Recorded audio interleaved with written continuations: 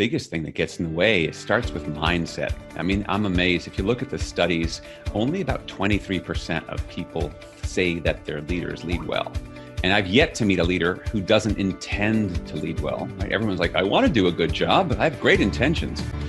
So for me, where it starts is the mindset, which is where did you learn how to lead?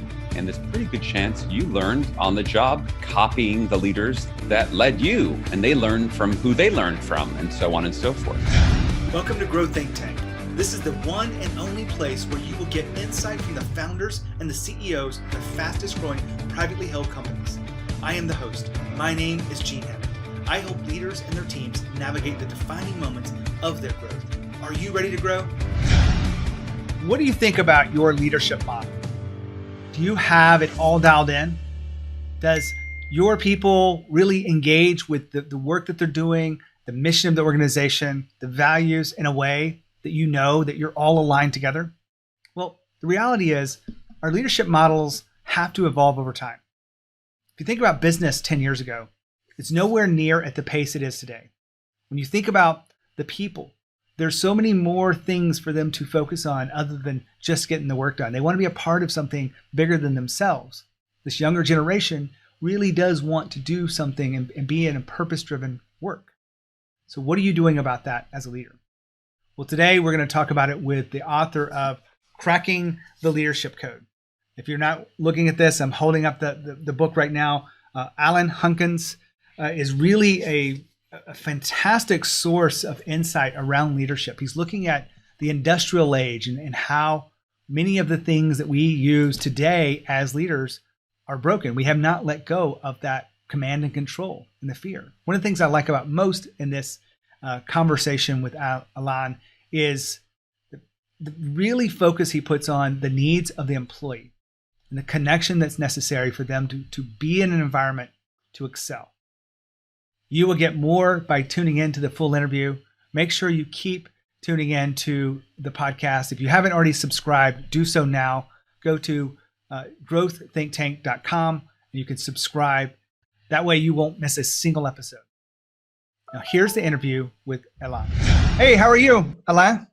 I'm great, Gene. I'm really excited for our conversation here today. Thanks. I did pronounce that right, correct? You did an awesome job. Yeah, I know. It's not spelled the way it sounds, Alain. So yeah, when I was growing up, I got called all sorts of names, some of which started with the letter A, like Elaine and Alain. And my personal favorite was Alien. You know, Alien. Like, where'd you get Alien out of Alain? Anyway, yeah, it's Alain. Well, glad to have you here and to talk about your work around the book. Been taking it in here, if you're watching on video, Cracking the Leadership Code. I love to ask a leader or a writer this one question. Why did you have to write this book? It's funny, you know, I didn't write this book as in, I'm going to sit down and write a book. The book actually wrote me, in that the book is a distillation of 20 years of fieldwork, of working with leaders around the world. And the way it started was I was working with group after group, and I found there was these patterns of behaviors that great leaders have a lot in common. And you know what? Mediocre leaders have a lot in common.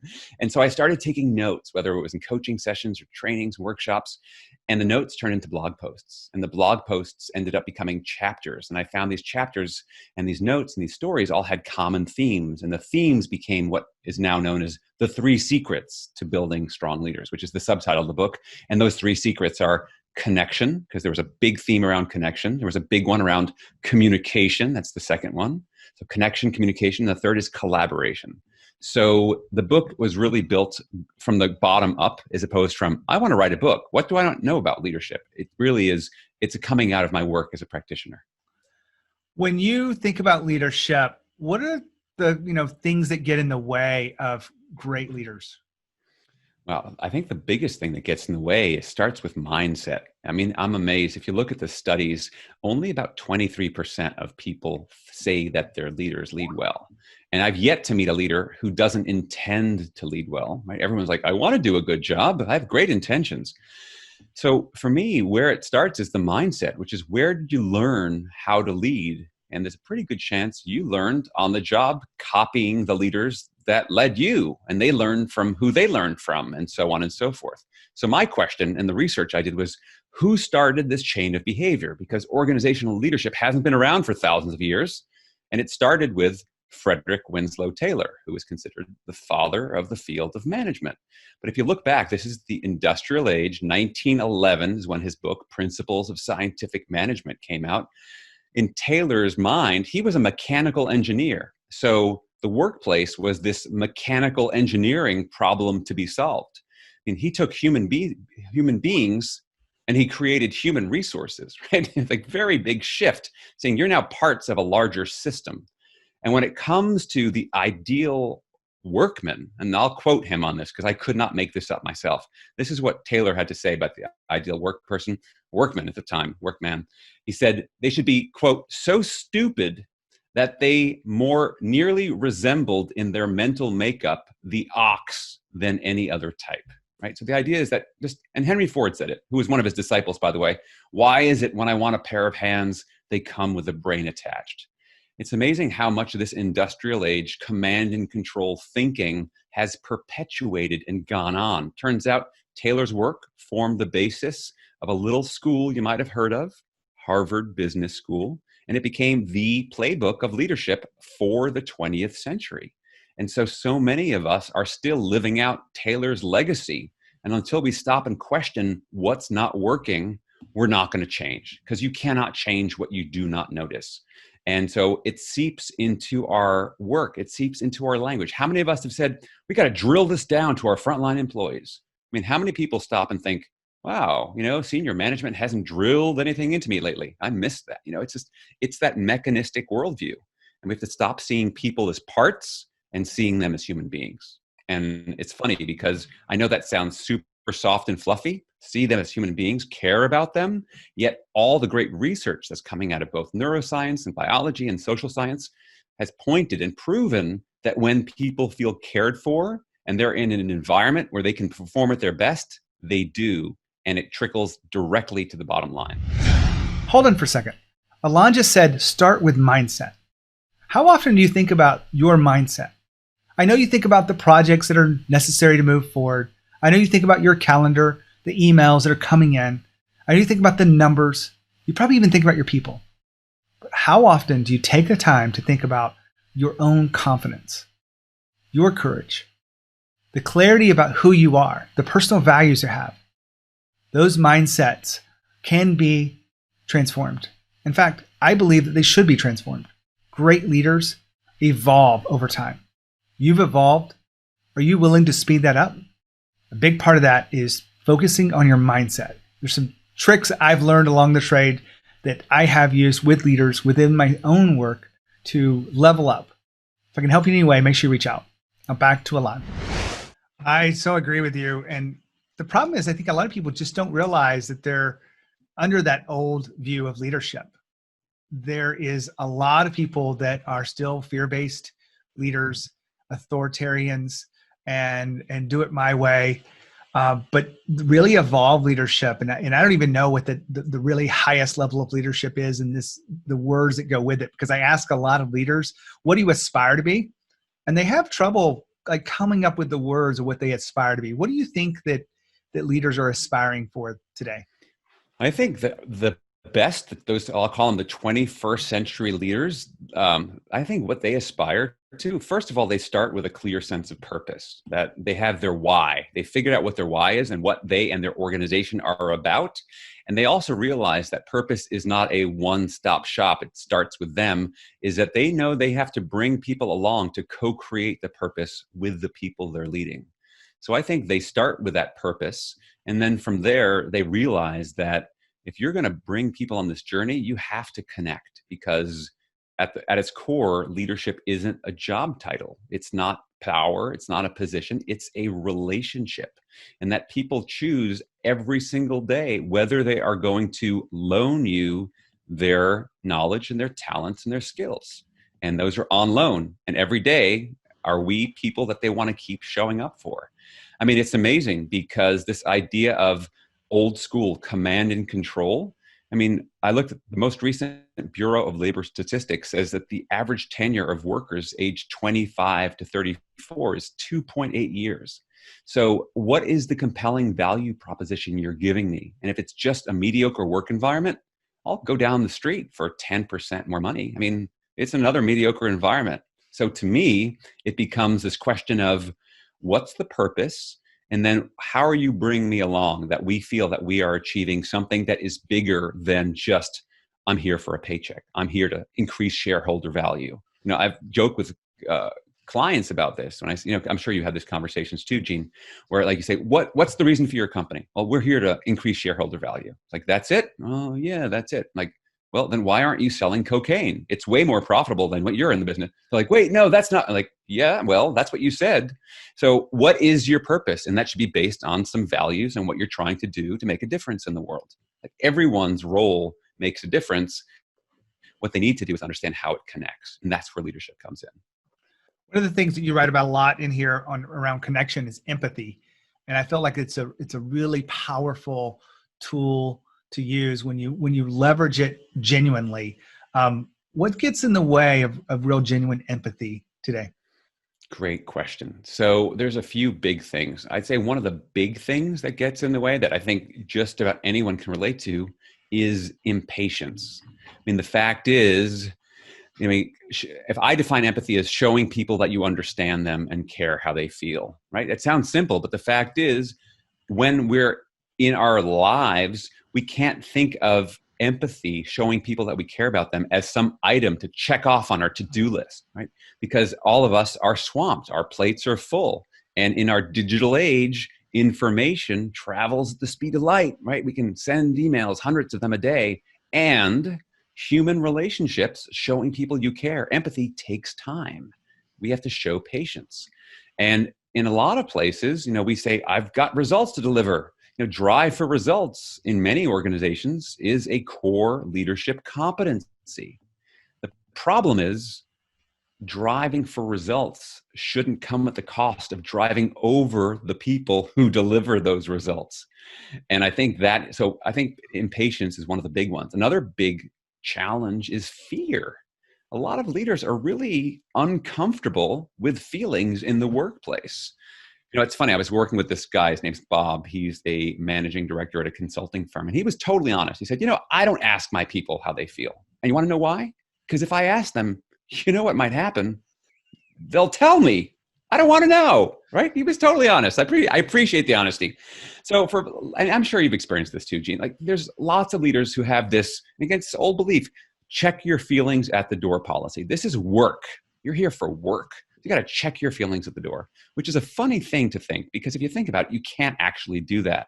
What we do instead, what do? We suppress our feelings at the door, which is exactly what's happening. In fact, Deloitte did a study on this and found that 61% of US employees cover their identities in some way. They put on a mask because they don't feel safe bringing their whole selves to work. And the problem with that, of course, is when you mask, you're disconnected, which means you perpetuate this low trust, low connection, low empathy, low performance culture. So I think impatience is a huge one. Fear is another one. Another one that gets in the way is power. And there's been great studies about the fact that basically, I'll get to the nub of it, is that the more powerful people feel, the less empathy they have for people around them, which is why when we look at particularly political leaders, we describe them as being out of touch. Right. So that sense of, power, people get intoxicated with that, and they start to forget that leadership is a relationship. They think, I'm in charge. You have to do my bidding. And then here we are. Hello, Frederick Winslow Taylor. We're back, So these are sneaky. These are really sneaky, and they get in the way. Now, hold on for a second here. Alain said empathy takes time. Now, a lot of people, leaders specifically, want to get more done. They want to be really tuned in with the next thing, the next thing, the next thing. But to truly have empathy at a genuine level, it takes time. That means taking a beat.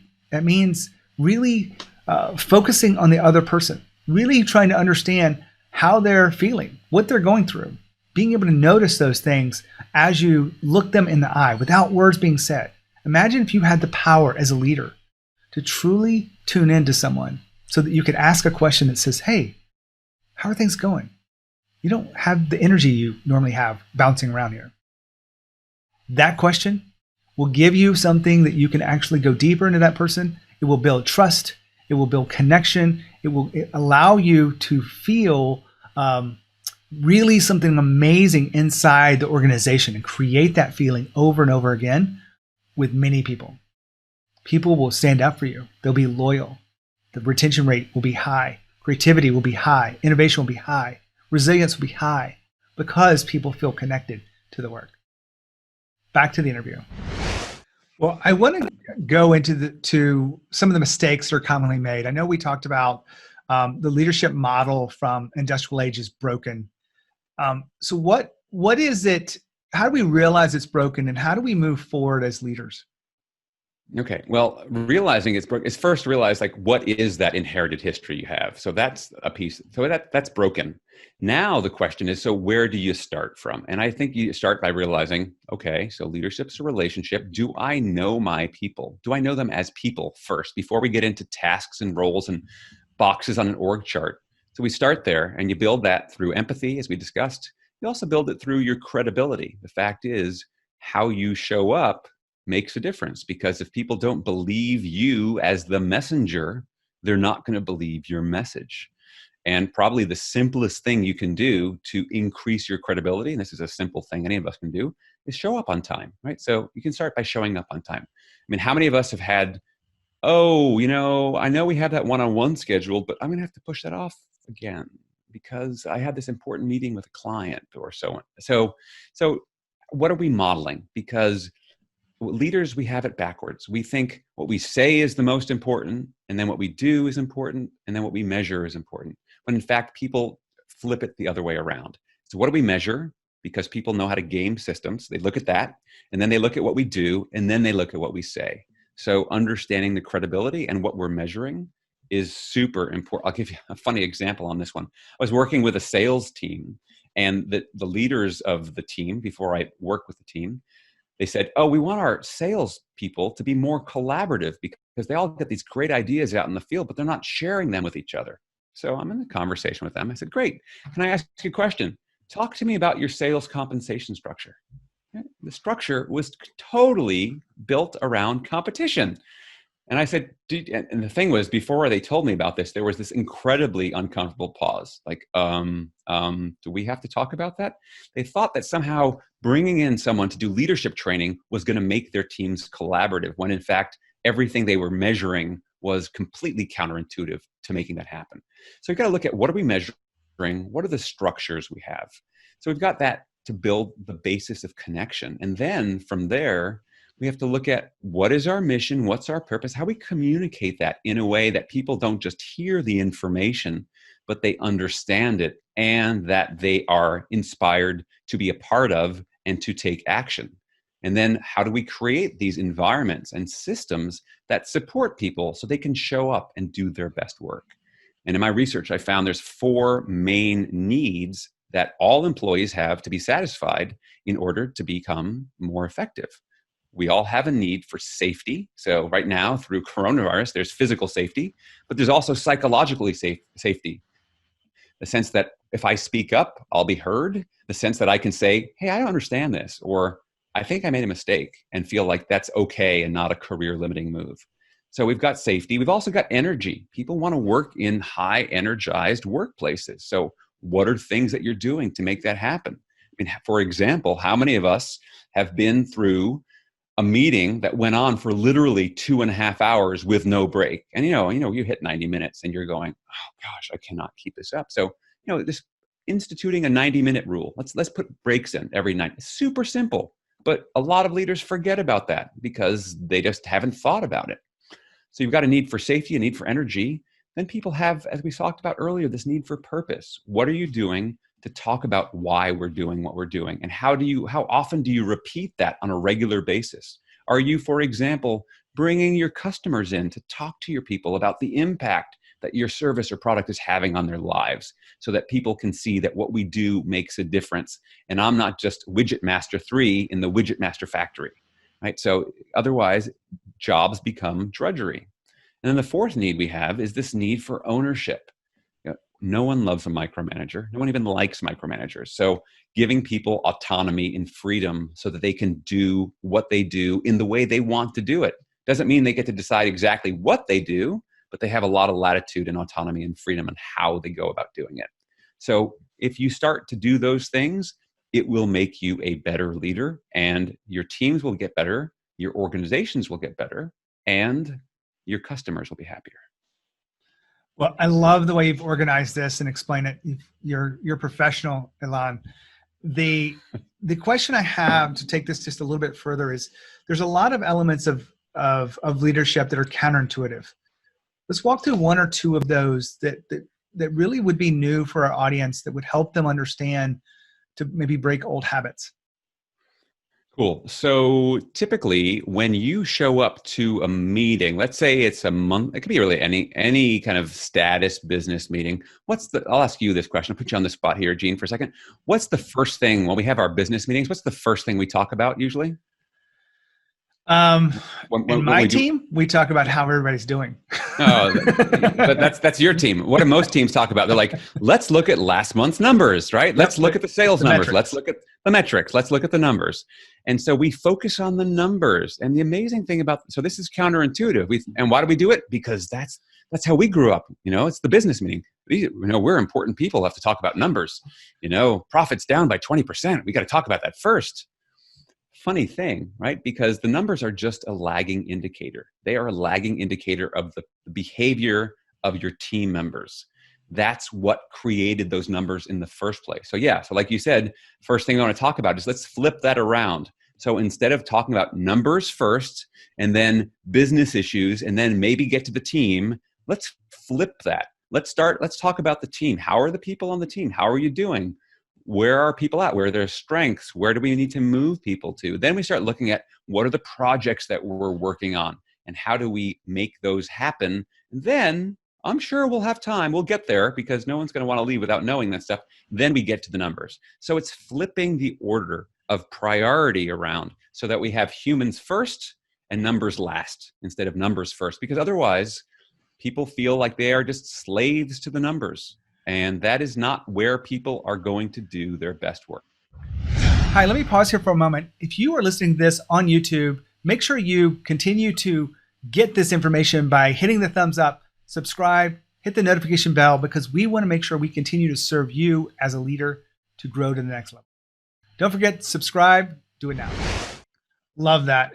Your research and the writing is very much in alignment with the work I do. Just so you know, Alain, a lot of the conversations with fast growth companies is I ask them an impossible question. I told you earlier that they really understand their role in leadership is different because they're fast growth. And the way they think differently is when this possible question, I give it to them is, as a leader, what's more important, your employees or your customers? 94% will say it's employees. Give me just a little bit of why that works so well in today's leadership models. Well, it works so well in today's leadership models because we have to look at how the business landscape has changed, right? When you start back, and I'll go back to Henry Ford because a classic example. When Ford was pumping out the Model T, that assembly line only produced one type of car for 27 years. They did not change what they were doing in terms of processes, systems, and product. And as I said famously, you can get it in any color you want as long as it's black.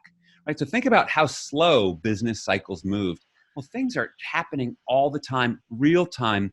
And so we have to empower, and I kind of hate that word because it sounds a little buzzwordy, but we do want to. Our people are the ones who are going to come up with great ideas. And so part of this fast growth leadership mindset is no longer, we are the few keepers of the great ideas and are going to dole them out to our worker bees to institute and execute.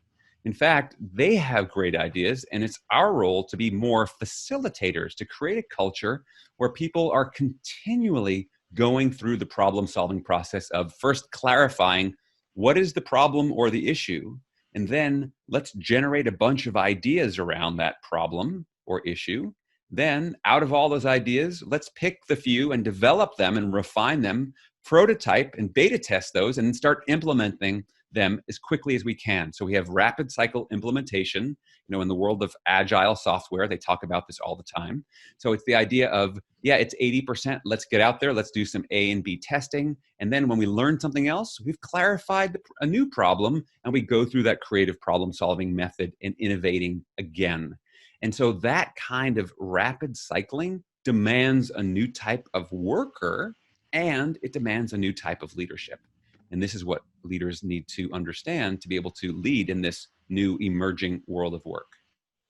Love that. Well, I remind the audience, in case you are not seeing this, I'm holding up the book, Cracking the Leadership Code. Alain, you really give us something to chew on here as leaders, and hopefully something to actually develop stronger leaders inside of our organizations. So thanks for being here on the podcast. Thank you so much, Gene. It's really been my pleasure. Thank you. What a great interview. I love having authors on the show. Get to read their book, Cracking the Leadership Code. Alain is a really powerful person. I love the research around this that many people believe is the only way to lead. But when you think about the secrets, he talked about connection, communication, and collaboration as the keys to leadership in today's world. I can't disagree. Now, I think there's some other elements that are necessary. We went through a few of those today in the conversation. So hopefully you are evolving as a leader and really pushing your boundaries, pushing past the fears, pushing past complacency, and really looking at your next evolution as a leader. Those defining moments is where I come in. My work as a coach is helping leaders identify where they really want to go. What kind of thinking is holding them back? What are the specific things that they can do to shift, maybe small, to be playing at a higher level, to play to win, build the kind of teams that really fuel the business forward and are fully aligned. There's a lot of work that it takes to be a fully evolved leader. And I help leaders all the time with that. So make sure you reach out to me, gene@genehammett.com. If you think about your job as a leader, it's not to manage the work, it's to lead the people. And finally, lead with courage. I'll see you next time.